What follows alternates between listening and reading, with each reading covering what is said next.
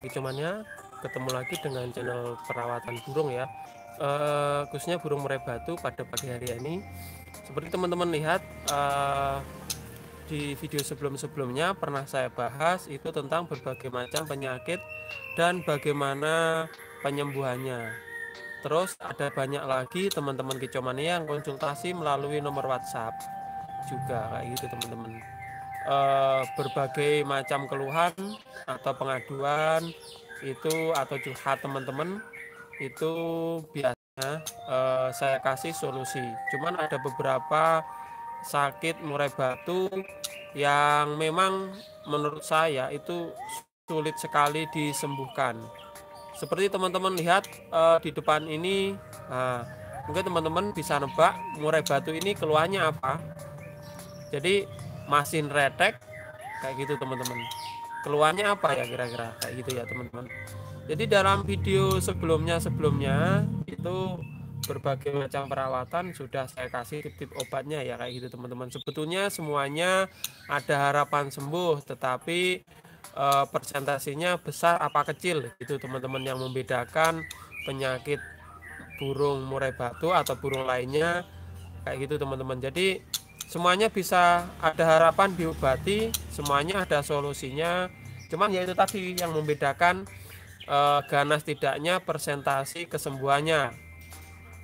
Oke teman-teman, yang pertama seperti curhat pada teman kicomania untuk mengatasi penyakit katarak pada murai batu atau burung lain teman-teman kayak gitu ya.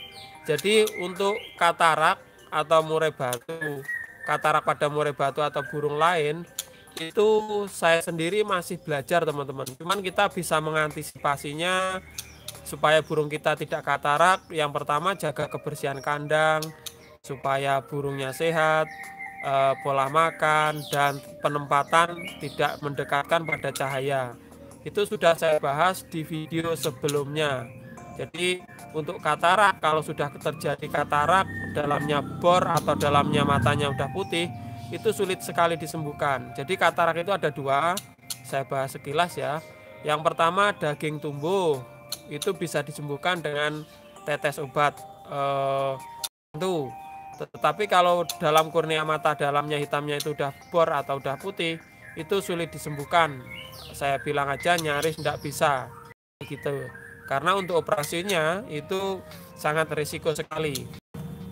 Oke teman-teman, setelah katarak yang sulit disembuhkan yaitu ini teman-teman, sakit seperti di depan ini. Ini termasuk kronis, banyak sekali teman-teman, bahkan saya itu sangat kesulitan karena membutuhkan waktu yang sangat lama. Sakit apa itu? Jadi ini ceritanya teman-teman, ini burung pasien yang beberapa sekitar 1 minggu yang lalu datang ke sini. Ini burung ini sebetulnya awalnya muda hutan teman-teman.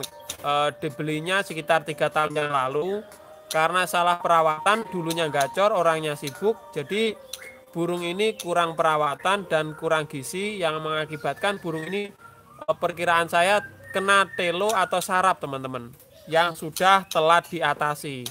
Jadi pada sebelumnya sudah saya bahas tentang penyakit sarap atau tetelo. Itu penyakit atau momok mengerikan pada murai batu.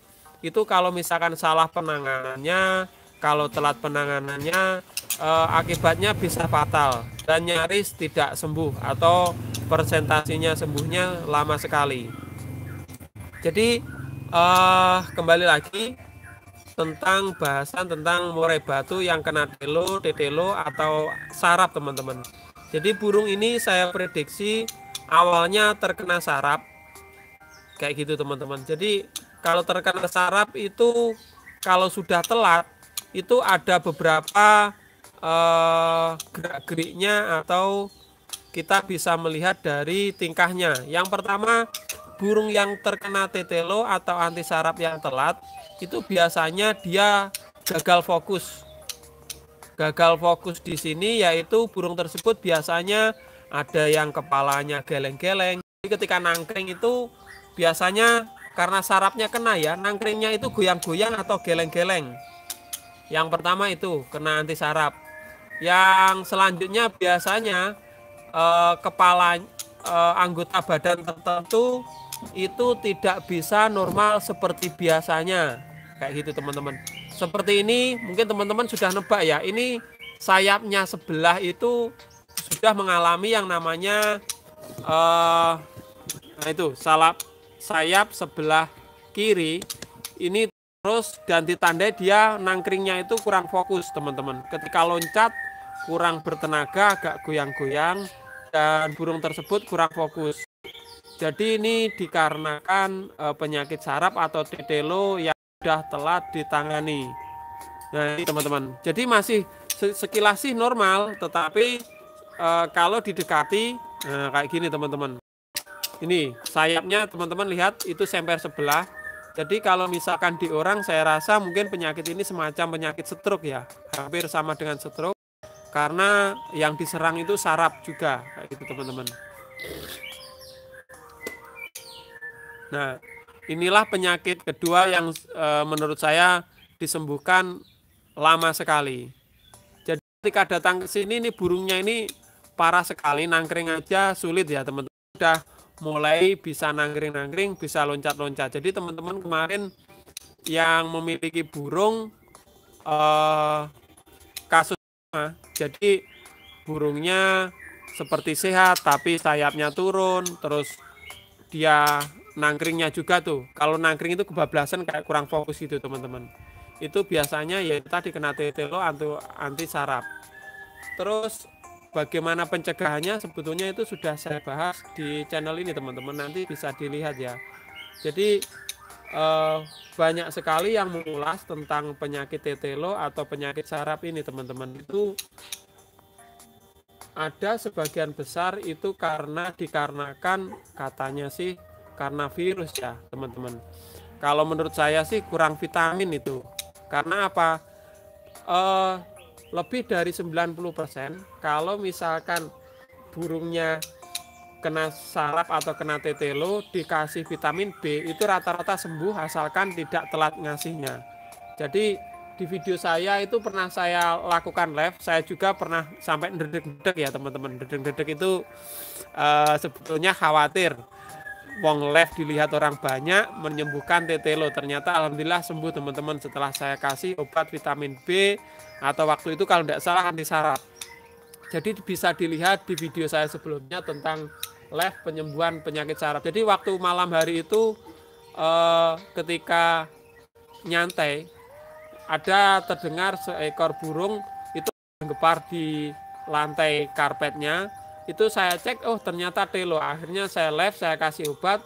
Setelah kira-kira 10 menit, alhamdulillah udah sembuh, kelihatan normal lagi kayak gitu teman-teman. Jadi saya rasa mungkin itu karena kurang vitamin dan pencernaannya ada terganggu ya. Makanya 90% ketika burung tetelo dikasih vitamin B sejenis anti saraf atau ebotfit kayak gitu atau madu, itu burungnya bisa sembuh teman-teman kayak gitu ya. Jadi kalau misalkan kena virus pastilah langsung mati kayak gitu teman-teman. Terus untuk menanggulanginya bagaimana? Yang penting kalau saya sebelumnya saya kasih vitamin B itu burung tersebut sekitar sebulan sekali. Nah, misalkan teman-teman penasaran vitamin B yang digunakan apa, cari aja yang sudah jadi itu ebotfit teman-teman, mengandung banyak sekali vitamin B ya di ebotfit kayak gitu. Kita kasih 1 bulan sekali, nanti pasti burung tersebut tidak kekurangan vitamin, biasanya seperti itu. Terus selanjutnya pada pola makannya juga kayak gitu teman-teman. Nah itu tadi cara pencegahannya, juga jaga kebersihan kandang. Benar Mas? Terus kalau sudah terjangkit kayak gini bagaimana? Ini awalnya ini nangkringnya aja teman-teman. Ini seperti saya bilang, ini setiap hari saya kasih vitamin B, saya ambilkan dari Tetaklor dan ebotfit, ini saya campurkan di sini teman-teman. Pak Eka, penyebabnya apa? Ya itu tadi Pak, saya bahas tadi ya, kekurangan vitamin kayak gitu, terutama vitamin B. Makanya biasanya 1 bulan sekali itu burung itu dikasih vitamin, enggak apa-apa itu. Biasanya ini saya tidak promosi, tetapi cari yang gampangnya aja. Biasanya saya gunakan ebotfit untuk mengantisipasinya teman-teman. Kalau misalkan di kandang ya saya kasih for breeding supaya aman. Jadi di kandang ini mungkin agak promosi sedikit ya teman-teman, karena di kandang juga banyak kalau misalkan terjadi perubahan cuaca atau suhu biasanya itu juga mengalami yang namanya penyakit tetelo itu. Tetapi kalau sudah saya gunakan for breeding jarang sekali burung yang mengalami tetelo teman-teman. Terus ini kembali lagi perawatannya bagaimana ya, ini teman-teman saya kasih vitamin dan EF-nya itu saya full ini menggunakan ulet kandang. Kalau bagus itu kroto, cuman enggak ada ya kroto setiap hari teman-teman. Jadi setiap hari itu enggak ada, kalau kroto itu enggak ada, sulit carinya di sini teman-teman. Akhirnya saya kasih ulet kandang aja supaya tenaganya kembali pulih kayak gitu teman-teman. Ini sekilas sudah normal ya, tek tek tek tek, tinggal sayapnya aja. Jadi kayak stroke gitu. Jadi penyakit ini ya apa teman-teman ya, mudah-mudah gampang ya teman-teman. Tetelo ini.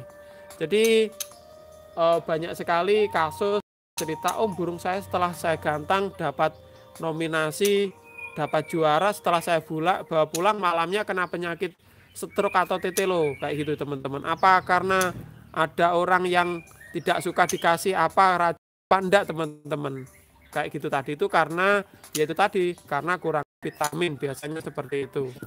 Oke teman-teman, dari video ini semoga ada manfaatnya. Pak Heri, Tulunagungnya mana sampean om? Masih dekat terminal Boyolangi, Boyolangu bagian lor atau Moyoketen. Oke teman-teman, sekian dulu video ini, semoga bermanfaat karena ini ada tamu. Nanti kita sambung siang lagi dengan perawatan burung ya. Oke, terima kasih. Ini udah ini teman-teman, alhamdulillah udah ada penampakannya, udah gesit lagi. Cuman ini tinggal sayapnya ini yang turun. Stroke ini kayaknya. Oke, terima kasih.